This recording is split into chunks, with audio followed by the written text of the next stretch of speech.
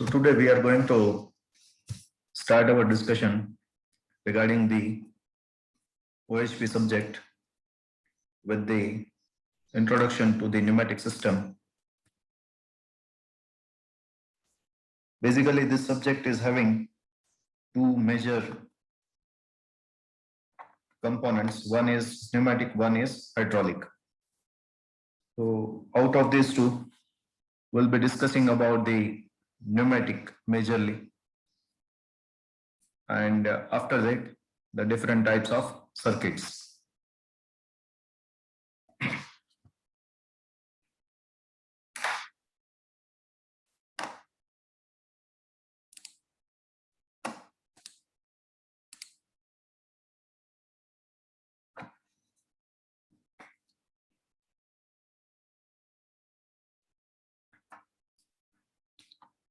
So basically, pneumatic system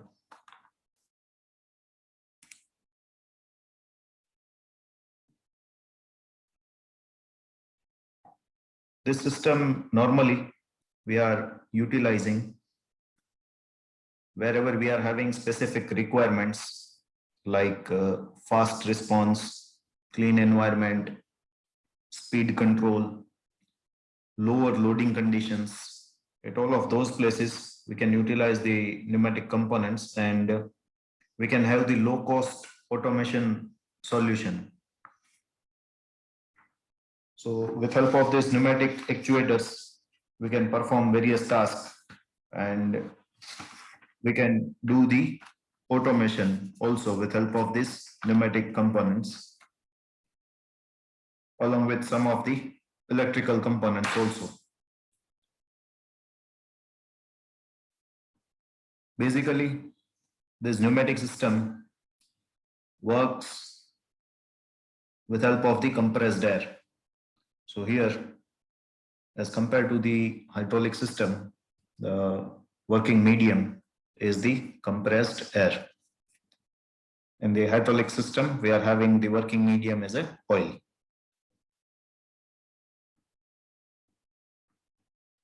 These are the basic pneumatic system components that, as we have discussed, we require the compressed air. That means initially, for the supply of the compressed air, we require the compressor. Then we are having the receiver, which receives the compressed air.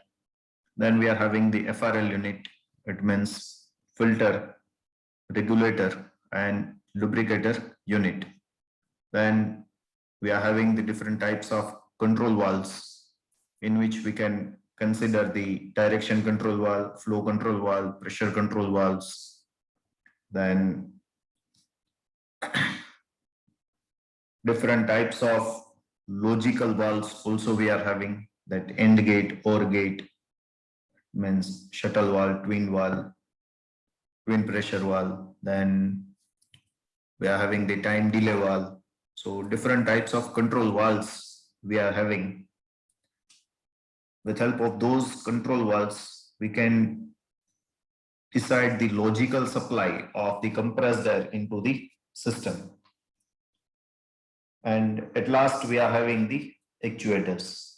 It means with help of those actuators, we can perform the various tasks. It means the output of the pneumatic system. So these are the basic components of the pneumatic system, and with help of which we can perform various tasks. Let us take a brief overview of all of these components first, and then after we'll be discussing all of these components in detail. Fine. So basically, as we have discussed regarding the application of the pneumatic system, if we compare the pneumatic system and the hydraulic system, that both the system can perform similar kind of tasks, but based on the application, based on the selection criteria, we can decide that either we should utilize the hydraulic system or we should utilize the pneumatic system. Normally, we are selecting the pneumatic system whenever we are having the lower loading conditions. We require the faster response of the system after input. We require the clean environment. Say, for example, in the food industry or in packaging industry, normally we are selecting the pneumatic system because if it leakages, it means our working medium leakages into the industry, then it will be the clean environment, because if the compressed air leakages, it will not spoil anything. And if we are utilizing the hydraulic system and working medium leakages, it means hydraulic oil leakages, then it can ruin our whole batch of the food, our packages, it means in packaging industry. So in those kind of industries where we require the clean environment, there we need to utilize the pneumatic system. It means food industry, packaging industry, medicine industry, chemical industries, where anywhere we are having the chances of leakage and we have chances of damage of the product, there we should utilize the pneumatic system. Then we are having other applications also of this pneumatic system, like in our automobile and heavy vehicle, we are having the pneumatic brakes, because there we require the faster response. If we press the pedal of the brake and instantly the effect of the brake must be there on to the wheel. So there we require the faster response. In heavy vehicle, we are having the bigger system. It means the length of the vehicle is more. So the signal which we are giving for applying the brake, from there to the rear tires, we are having the longer distance. So there we require the faster response.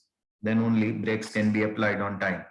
So at that time also we are utilizing the air brakes. Normally in this buses, trucks, we are utilizing this pneumatic brakes. Then where we are having the lower loading conditions, like opening and closing of the doors of the buses. Say, for example, we are having the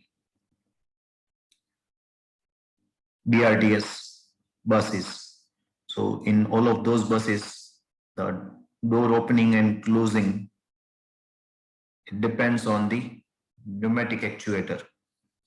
So there we are also utilizing the pneumatic system. Yeah, so this is brief selection criterias, like while selecting the pneumatic system or while having the different application, we should look after all of these points, and then only we can go for the pneumatic system. Here.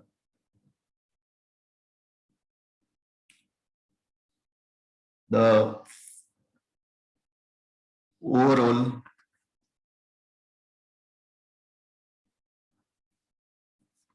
construction of the pneumatic system is like this, that we are giving the input to the system with help of the electric motor or with help of the engine. It means we are providing the shaft power. Along with that, we are connecting our compressor, which can provide us the compressed air. Then we are having the different signal processing units, or you can say different types of valves we are having. And at last, we are having the pneumatic actuators. That means the output of the pneumatic system. And these actuators are connected with our requirement, where we require the different types of motions or the machines. Normally, as a pneumatic actuator, we are considering the piston cylinder arrangement. It means they give us the output in terms of linear motion. Then also we are considering pneumatic actuators like pneumatic motor. It gives us the output in terms of the rotary motion. So ultimately, these actuators are nothing but the components which gives us the different type of motion in the output. If we require the linear motion output, we are utilizing the piston cylinder arrangement. And if we require the rotary output, rotary motion output, then we need to utilize the pneumatic motor here. So basically, this actuator converts the pneumatic energy into the mechanical energy. Here. Then let us look at the different types of valves which we are using.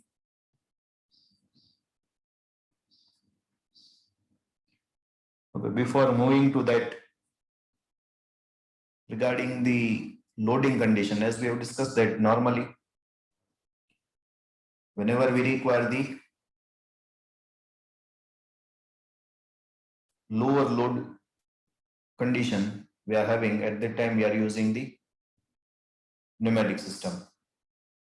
It means if we are having the working up to 10 bar pressure, then we are using the pneumatic system. If we require the more power or more pressure, then we are going with the hydraulic system. Usually, for the supply of the mechanical energy into the pneumatic system, we are utilizing the electric motor, which converts the electrical energy into the mechanical energy, and that mechanical energy will be given as an input to the compressor. Yeah. So normally this electric motor are of 1 HP in case of the pneumatic system. And our normal pneumatic systems are based, or the working range is normally 4 to 5 bar. So compressor delivers that much pressure. 1 bar is equals to 14.5 psi. You know these pressure units, relation between the pressure units: atmosphere, bar, psi, Pascal. Here.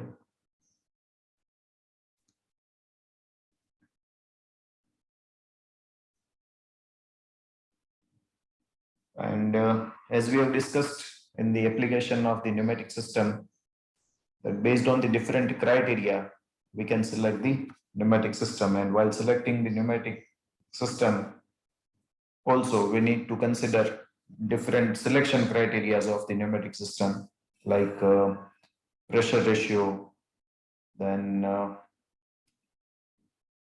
airflow rate, then size of the compressor, size of the opening of the different types of valves, volume of the system. Yeah. So the selection of the pneumatic system depends on so many criteria. Here. Now, the basic components which we have discussed, out of them, the very important part is the FRL unit. FRL unit stands for the FRL stands for the filter, regulator, lubricator. Filter, it means we are filtering the air. This FRL unit is attached after compressor. Our first component of the pneumatic system is the compressor. From the atmosphere, it takes the air, it compresses the air. Then it delivers the compressed air to the FRL unit. Here in FRL unit, first we are filtering the compressed air, which we have received from the compressor. So first task is to filter. Second task is to regulate.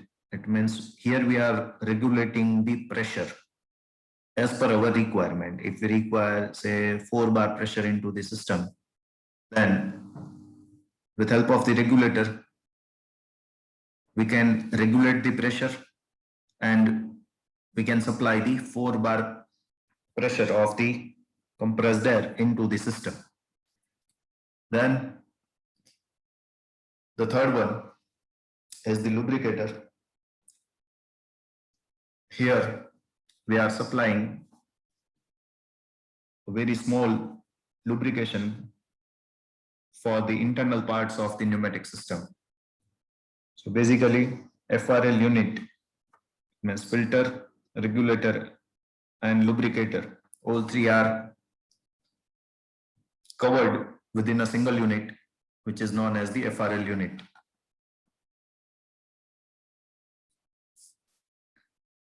Then after doing the filtration, regulation and the lubrication of the air, we are giving this air to the different types of valves, like direction control valve, which can direct the air into the system or where the compressed air should go into the system, that we can decide with help of this kind of direction control valves.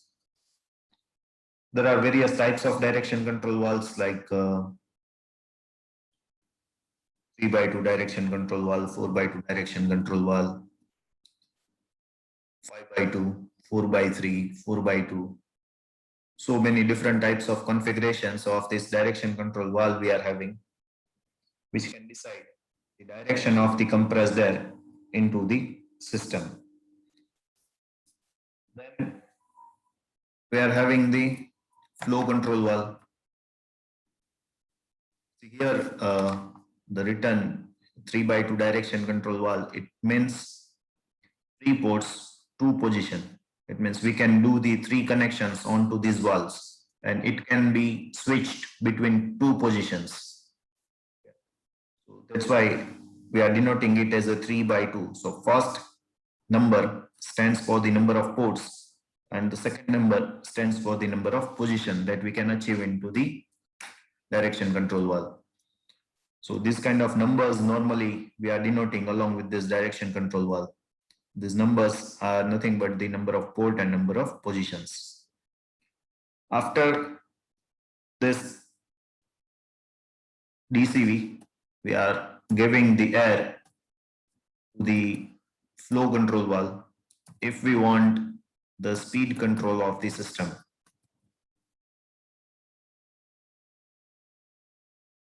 The very basic use of the DCV over here is, say here we are having one actuator. This is piston cylinder arrangement. It means we are having the linear motion output. So sometime we need to supply the compressed air, sometime we need not to supply the compressed air. So in that case, the direction control valve can decide the supply of the compressed air. Say here also we are having 3x2 DCV and the actuator. So if we want to extend the actuator, then we should supply the compressed air from the port number 1 to 2. So if we switch the position of this 3x2 DCV, we are supplying the compressed air. So due to that, the actuator will move and the piston will be extended and we can get the movement at the piston rod end. Here we can get the motion, linear motion output. And if we don't require, so again we can take it back or we can retract the cylinder by disconnecting the compressed air into the cylinder. So this connection and this connection of the compressed air, if we want to supply it or not, that we can decide with help of the direction control valve. It means we can control the direction of the movement of the compressed air. Then we are having flow control valves. With help of them, we can control the flow of the air which is moving into the system. Like this. This one is the flow control valve. So with help of this, we can control the flow of the air. So by controlling the flow, we can control the movement speed of the actuator. So with help of this control valve, we can control the speed of the actuator at the output. Yeah, so at the output, we are having the linear or rotary motion.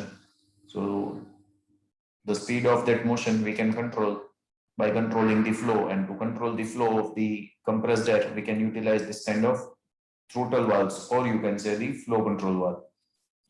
Yeah. So with help of this flow control valve, we can control the speed of the actuator. Then we are having the logical valves also, that after completing certain part, we should do the next part or not. If we are having signal from both the sides, then only we should proceed, or if only one signal is present, we should not operate, or sometimes we should operate only when one signal is present. This kind of logic means AND gate, OR gate. You might have studied this kind of terminologies, AND gate, OR gate, into the subjects related to the electrical system. There we are having the AND gate and OR gate kind of systems. So similar kind of components we are having into the pneumatic. OR gate is known as the shuttle valve in the pneumatic. Means either any of these two signal is present, we should have the output. The other condition is AND gate. It means twin pressure valve. It means if both the inputs are available, then only we can have the output. It is known as the twin pressure valve. So this kind of logical components also we are having into the pneumatic system. So if only we are having the compressed air supply from both the sides, then only we can have the output, or if we want either or supply, then also we can have the logical valve. So these are the logical valves which we can utilize into the pneumatic system. So this is overview of the pneumatic circuit. Like here, before this point, we are having the compressor and the FRL unit. So from the compressor, we are receiving the compressed air. Then we are having the FRL unit, which can regulate the pressure, and it supplies the 5 bar pressure into the system. Then we are having the different types of direction control valve. We are having the logical valves. Then again, we are having the direction control valve. Then we are having the flow control valve, then non-return valves, and at last the actuator. And at the end, we can get the motion output as per our requirement, as per our logic. Yeah. So this is the overview of the complete pneumatic system. Yeah. Now these are the symbols, clear, of the pneumatic component. You might have studied about the hydraulic system and the symbols also. In the hydraulic system, we are having similar kind of function of the components. But for those functions, similar functions, we are having the different symbol into the pneumatic with compared to the hydraulic. In the hydraulic system, if you look at the symbol, you will find the symbol with the filled triangle. Say for example, if you observe the direction control valve symbol into the hydraulic system, then this kind of triangles you will find as filled triangle. They all are filled in the hydraulic system. In the pneumatic system, we are having the empty triangle. So this kind of small differences we are having. It means we can say that the symbols of the pneumatic and hydraulic system are different for the similar kind of function. Here, in very few cases, they are common also. It's fine, but majority of the symbols are different. Yeah. But very small differences you will find. Say in case of the actuator. So if this kind of single acting actuator is there in the hydraulic, here at the right bottom corner of this actuator, you will find one empty triangle. Clear? Here also we are having the empty triangles. Here we are having the silencers. Here we are having the atmospheric port. So these kind of components you will not find in the hydraulic system. In the pneumatic, you will find the atmospheric port, empty triangle. Yeah, so these kind of changes are there into the symbol. So while creating the pneumatic or hydraulic circuit, make sure about this difference of the symbols. Yeah.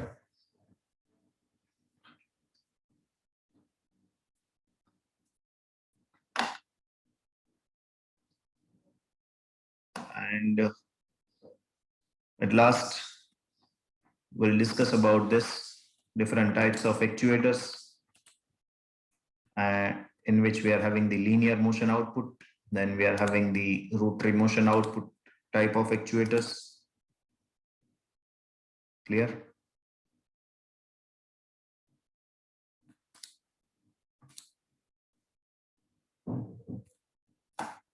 So this is what basically we are going to discuss in detail. Today, we have discussed a brief overview of the pneumatic system. Now we'll start our discussion with the compressor, then FRL unit, and then different types of valves, and at last the actuator. After completing the discussion of all of these components in detail, we'll be discussing about the different pneumatic circuits. Clear? So we'll take the components one by one. We'll start our discussion in detail, one by one, and we'll move further. Clear? So if you have any doubt, you can type it into the chat box. Also type your full enrollment number for the attendance into the chat box. We'll start our discussion from the next lecture onwards in detail. Fine. So if you have any doubt, you can type it, or else we'll meet in the next lecture.